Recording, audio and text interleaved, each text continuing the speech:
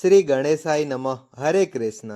આજનો દિવસ વિઘ્નોના વિનાશક અને મંગલદાતા શ્રી ગણેશજી તથા સંકટહરણી ચોથ માતાની આરાધના માટે અત્યંત શુભ છે. શ્રાવણ માસના કૃષ્ણ પક્ષની ચતુર્થી તિથિએ જે ભક્ત વ્રત રાખી પુણ્ય કથા સાંભળે છે તેના જીવનના તમામ સંકટો સ્વયં ગણપતિ બાપા દૂર કરે છે અને ચોથ માતા તેના પરિવારને અખંડ સૌભાગ્યનો આશીર્વાદ આપે છે. ચાલો આપણે સૌ આંખો બંધ કરીને એકાગ્ર મનથી ધ્યાન કરીએ.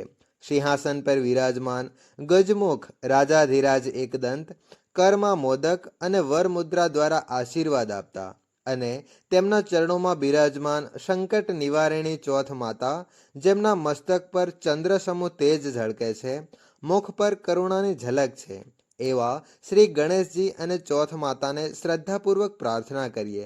હે ગણપતિ બાપા, હે ચોથ માતા, અમારા જીવનમાંથી દુઃખ અને વિઘ્નોના વાદળો દૂર કરો, સુખ, શાંતિ અને સમૃદ્ધિનો સૂર્યોદય કરો. પ્રિય શ્રોતાઓ, હવે મનમાં આ વિશ્વાસ રાખીને કથા પૂર્ણ રીતે સાંભળો કે આજના આ પાવન અવસરે તમારા જીવનમાં પણ કોઈને કોઈ ચમત્કાર જરૂરથી બને.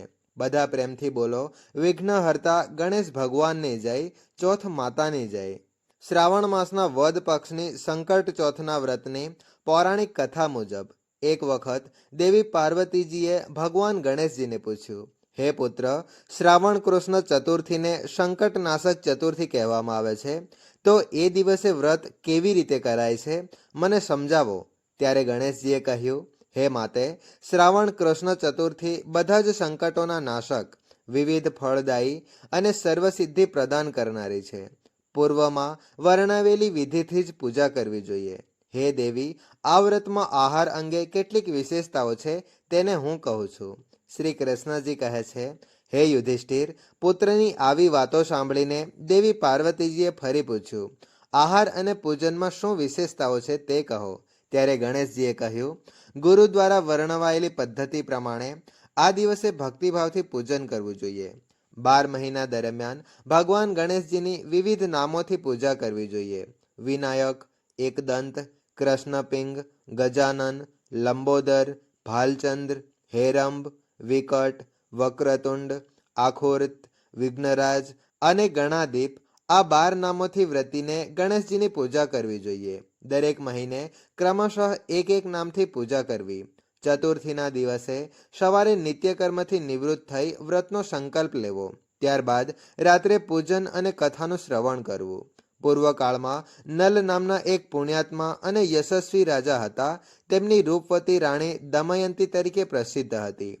એક વખત તેઓ શાપગ્રસ્ત થઈ રાજ્યથી વિમુખ થયા અને રાણીના વિયોગમાં તેમને ભારે દુઃખ સહન કરવું પડ્યું. ત્યારે તેમની રાણી દમયંતીએ આ શ્રેષ્ઠ વ્રત કર્યું. દેવી પાર્વતીજીએ પૂછ્યું, હે પુત્ર, દમયંતીએ કઈ વિધિથી આ વ્રત કર્યું અને આ વ્રતના પ્રભાવથી માત્ર 3 મહિનામાં જ તેમને પોતાના પતિ સાથે મળવાનો સુયોગ કેવી રીતે પ્રાપ્ત થયો? આ બધી વાતો તમે જણાવો. ત્યારે ભગવાન શ્રી કૃષ્ણએ ધર્મરાજ યુધિષ્ઠિરને કહ્યું, હે યુધિષ્ઠિર, દેવી પાર્વતીએ આવી રીતે પૂછતા જ બુદ્ધિના ભંડાર ગણેશજીએ જે ઉત્તર આપ્યો તે હું કહું છું, તેને તમે ધ્યાનપૂર્વક સાંભળો. શ્રી ગણેશજી કહે છે, હે માતે, રાજા નલને ઘણી મોટી મોટી મુશ્કેલીઓનો સામનો કરવો પડ્યો. હાથીશાળામાંથી હાથીઓ ચોરી થઈ ગયા અને ઘોડાશાળામાંથી ઘોડાઓનું અપહરણ થઈ ગયું. ડાકુઓએ આખું રાજકોષ લૂંટી લીધું અને આગની જ્વાળાઓમાં તેમનો બધો જ માલ સામાન ભસ્મ થઈ ગયો. રાજ્યને નષ્ટ કરવા માંગતા મંત્રીઓએ પણ તેમનો સાથ છોડી દીધો અને રાજાએ જુગાર રમતા બધું જ ગુમાવી દીધું. તેમની રાજધાની પણ તેમના હાથમાંથી નીકળી ગઈ હતી. ચારેય તરફથી નિરાશ અને અસહાય બની રાજા નલ જંગલમાં ચાલ્યા ગયા. જંગલમાં રહેતા તેમને રાણી દમયંતી સાથે અનેક પ્રકારના કષ્ટો સહન કરવા પડ્યા. આટલી બધી મુશ્કેલીઓ વચ્ચે પણ તેમનો રાણી સાથેનો વિયોગ થઈ ગયો. ત્યારબાદ રાજા કોઈ શહેરમાં ભોજન બનાવવાનું કામ કરવા લાગ્યા. રાણી બીજા શહેરમાં રહેવા લાગી અને રાજકુમાર પણ ક્યાંક બીજે નોકરી કરવા લાગ્યો. જે લોકો એક સમયના રાજા, રાણી અને રાજકુમાર તરીકે ઓળખાતા હતા, તેઓ હવે ભિક્ષા માંગીને ગુજરાન ચલાવવા લાગ્યા. વિવિધ પ્રકારના રોગોથી પીડિત થઈને એકબીજાથી વિકુઠા પડી કર્મફળ ભોગવતા તેઓ કોઈ રીતે પોતાના દિવસ પસાર કરવા લાગ્યા. એક સમયની વાત છે, વનમાં ભટકતા ભટકતા દમયંતીને મહર્ષિ સરભંગના દર્શન થયા. તેમણે તેમના ચરણોમાં નમન કરીને હાથ જોડીને કહ્યું, હે ઋષિરાજ, મારે મારા પતિથી વિયોગ થઈ ગયો છે, તો મારા પતિ સાથે મારું મિલન ક્યારે થશે?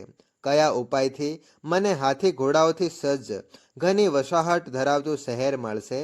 મારું ભાગ્ય ક્યારે ફરી પાછું ફરશે? હે મુનિ, કૃપા કરીને નિશ્ચિત રૂપે જણાવો. ત્યારે શ્રી ગણેશજી કહે છે, દમયંતીનો આ ઉત્તમ પ્રશ્ન સાંભળી સરભંગ મુનિએ કહ્યું, હે દમયંતી, હું તારા કલ્યાણની વાત કહું છું, સાંભળ. આ ઉપાયથી ઘોર સંકટનો નાશ થાય છે. આ તમામ કામનાઓ પૂર્ણ કરનાર અને શુભ આપનાર છે. શ્રાવણ માસના વદ પક્ષની ચોથને સંકટનાશક ચોથ કહેવામાં આવે છે. આ દિવસે નર નારીએ વિધિપૂર્વક એકદંત ગજાનન ભગવાનની પૂજા કરવી જોઈએ. હે રાણી, વિધિ મુજબ વ્રત અને પૂજન કરવાથી તારી સર્વે ઈચ્છાઓ પૂર્ણ થશે અને 7 મહિનામાં જ તારો પતિ સાથે મિલન પણ થશે. આ વાત હું નિશ્ચિતપણે કહું છું. ત્યારે શ્રી ગણેશજી આગળ કહે છે, સરભંગ મુનિના આદેશથી રાણી દમયંતીએ શ્રાવણ માસના વદ પક્ષની સંકટનાશક ચોથનું વ્રત શરૂ કર્યું અને ત્યારથી તે દર મહિને નિયમિત રીતે ભગવાન ગણેશજીની પૂજા કરતી રહી. હે રાજન, માત્ર 7 મહિનામાં જ આ ઉત્તમ વ્રતના પ્રભાવથી તેને પતિ, રાજ્ય, પુત્ર અને પૂર્વકાલીન વૈભવ આ બધું જ ફરીથી પ્રાપ્ત થયું. ભગવાન શ્રી કૃષ્ણ કહે છે, હે પૃથાપુત્ર યુધિષ્ઠિર, આ રીતે આ વ્રત કરવાથી તમને પણ રાજ્ય પ્રાપ્ત થશે અને તમારા તમામ શત્રુઓનો નાશ થશે. આ નિશ્ચિત છે. હે રાજન, આ રીતે મેં બધા જ વ્રતોમાં શ્રેષ્ઠ વ્રતનું વર્ણન કર્યું છે. આ વ્રત તમામ કષ્ટોનો નાશ કરીને તમારા ભાગ્યમાં વૃદ્ધિ કરશે. કથા અહીંયા સમાપ્ત થાય છે. પ્રેમથી બોલો વિઘ્નહર્તા ભગવાન શ્રી ગણેશજીની જય, માતા પાર્વતીની જય. પ્રિય શ્રોતા મિત્રો, ચોથ માતાની કથા કહેતા પહેલા ચાલો જાણીએ કે ચોથ માતા પ્રગટ કેવી રીતે થઈ હતી. ચોથ માતાનું વ્રત સંતાન અને પતિની દીર્ઘ આયુષ્ય માટે કરવામાં આવે છે. માન્યતા છે કે સવાઈ માધોપુરમાં ચોથ માતાએ ત્યાંના રાજાને દર્શન આપ્યા હતા. કહેવાય છે કે આ મંદિરની સ્થાપના રાજા ભીમસિંહ દ્વારા કરવામાં આવી હતી. લોક પ્રચલિત માન્યતા મુજબ દેવી ચોથ માતાએ સ્વપ્નમાં રાજા ભીમસિંહ ચૌહાણને દર્શન આપી અહીં પોતાનું મંદિર બનાવવા માટે આદેશ આપ્યો હતો. એક વખત રાજા ભીમસિંહ બરવાડા પરથી સાંજના સમયે શિકાર પર નીકળવા તૈયાર થયા. ત્યારે તેમની રાણી રત્નાવલીએ તેમને રોક્યા, પરંતુ ભીમસિંહે વાતને હળવાશથી ટાળી દીધી અને કહ્યું, ચૌહાણ તો એકવાર ઘોડે સવાર થયા પછી શિકાર કરીને જ નીચે ઉતરતા હોય છે. આ રીતે પોતાની રાણીની વાતને અવગણીને રાજા ભીમસિંહ થોડા સૈનિકો સાથે ઘનઘોર જંગલ તરફ નીકળી ગયા. રાણીની ના કરવા છતાં પણ તેઓ શિકારે જ ગયા. સાંજ ઢળતી હતી ત્યારે તેમણે ત્યાં એક હરણ દેખાયું. બધા જ સૈનિકો સાથે તે હરણનો પીછો કરવા લાગ્યા. થોડી જ વારમાં રાત પડી ગઈ. રાત પડી હોવા છતાં પણ ભીમસિંહ તે હરણનો પીછો કરતા રહ્યા.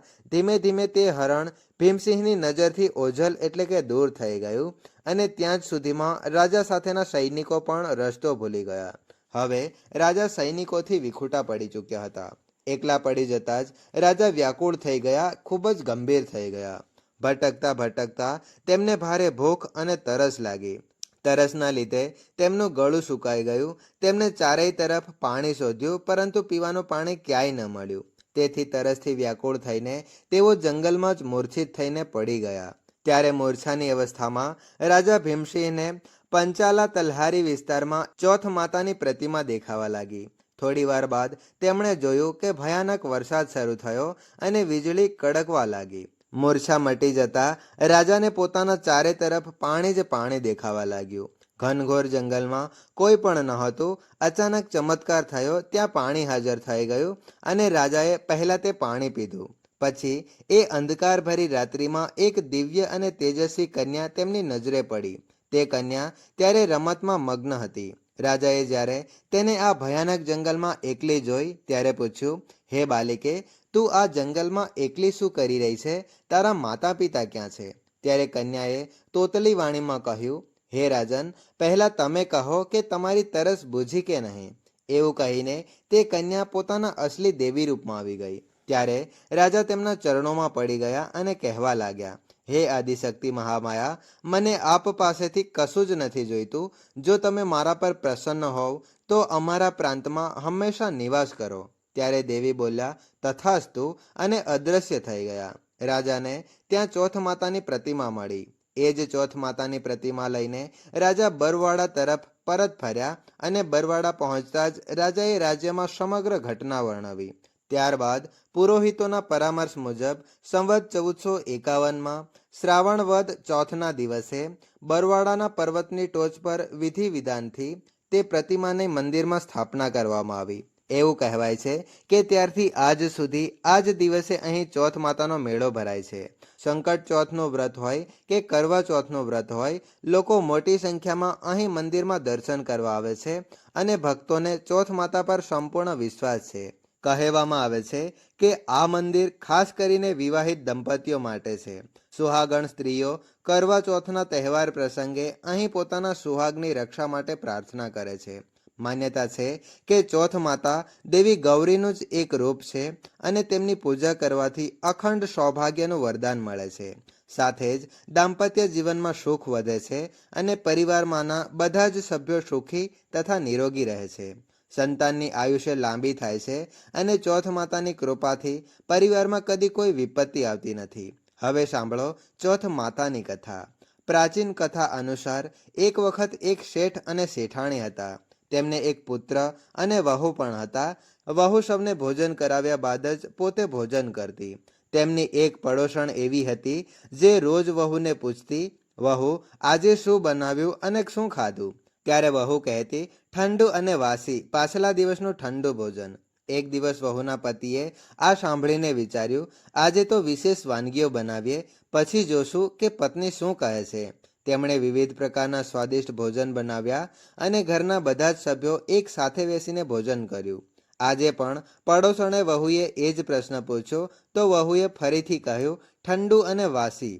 શેઠનો દીકરો વિચાર કરે, કંઈક ને કંઈક વાત તો ચોક્કસ છે જેને કારણે મારી પત્ની આવું કહે છે.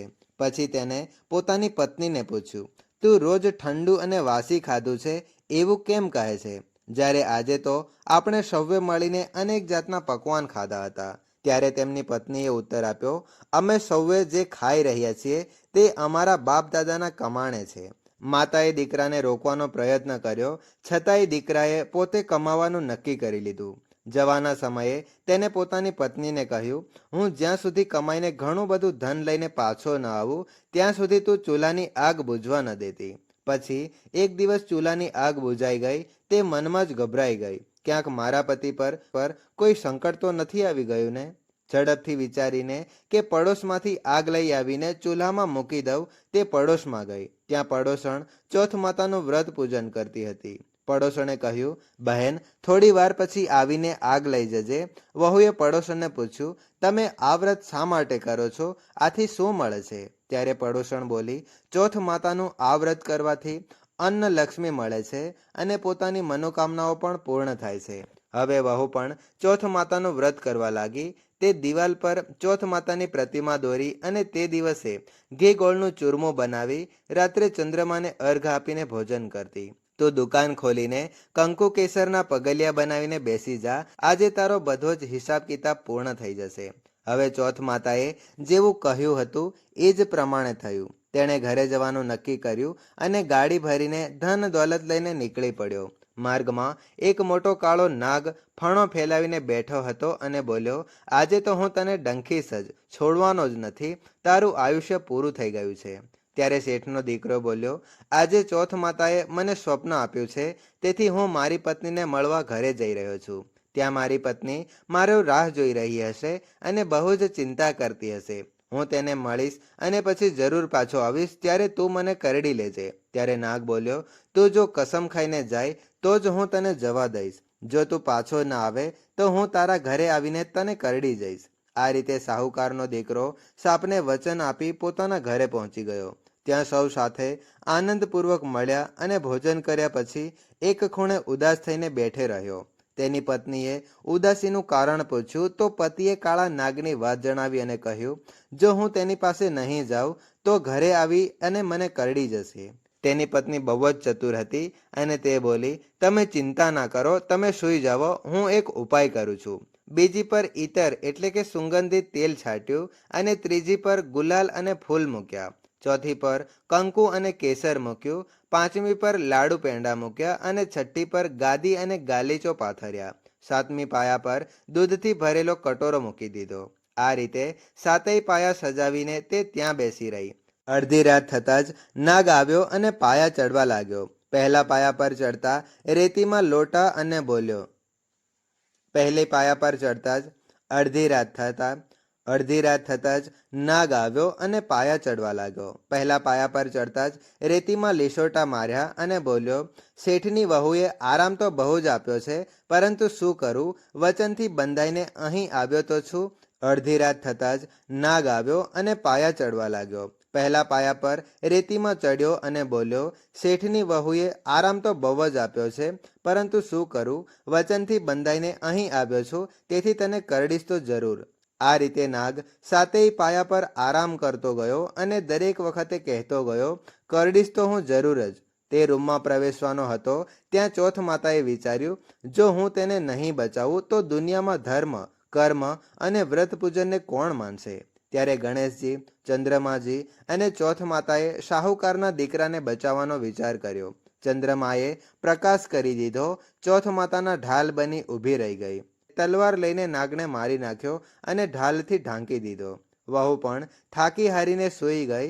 સવાર થઈ ત્યારે લોકો દીકરાને મળવા આવ્યા, પરંતુ દીકરો વહુ તો હજુ જાગ્યા જ નહોતા. ઘણો સમય વીતી ગયો ત્યારે માતા તેમને ઉઠાવવા ગઈ. માતાએ સાતેય પાયા પર જે કંઈ જોયું તે જોઈને બહુ જ ગભરાઈ ગઈ અને જોરથી દીકરા વહુને અવાજ આપ્યો. દીકરો વહુ ઉઠ્યા ત્યારે જોયું કે એક ઢાલ અને તલવાર ત્યાં પડેલા છે.